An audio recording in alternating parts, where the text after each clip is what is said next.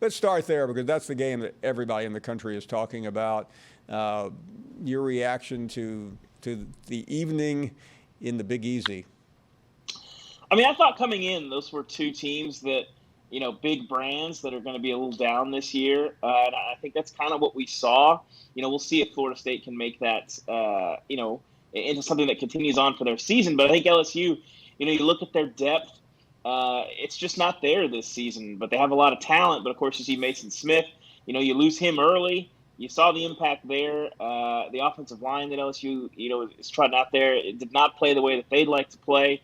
And then when you're not getting that production from Kayshon Boutte, that's a problem too. And so, LSU, they've got a really strong, that top 10 or 15 players are almost as good as just about anybody in the league.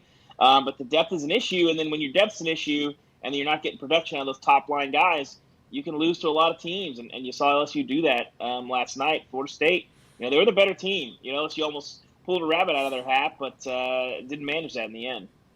In terms of the future this year, there are a lot of people thinking that LSU could get to 9 wins. We had some of the same, your colleagues give us that prediction who covered the team. I was not in that club. Yeah, I don't think anyone is in that club anymore. But knowing what we all know in terms of who's next and what the schedule looks like, not who's next this week, but in a few weeks. What would a realistic expectation or adjustment be right now?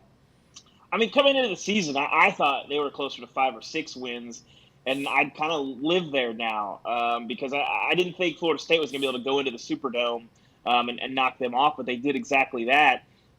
So, I thought it was going to be 5 or 6 wins if you beat Florida State. I thought once they get in the league play, it'd be too tough for them. You get run down a little bit, and I'm buying on Brian Kelly's big picture, but I just didn't think they had the horses this year. They lost a lot in the transfer portal. I wasn't sure what you're going to get from Jaden Daniels. Putting all those pieces together was, it's hard to walk in day one and just be good. It's hard to transition, no matter, how much Billy Napier seems to be making it look easy down in Gainesville right now. But I just didn't think LSU had the horses, and I think we saw that on Sunday night. Yeah, it changes the calculus because they have some games, Tennessee, Auburn, other schools that you had to look at and go, man, that could be a really tough. Thanks for watching ESPN on YouTube. For live streaming sports and premium content, subscribe to ESPN+.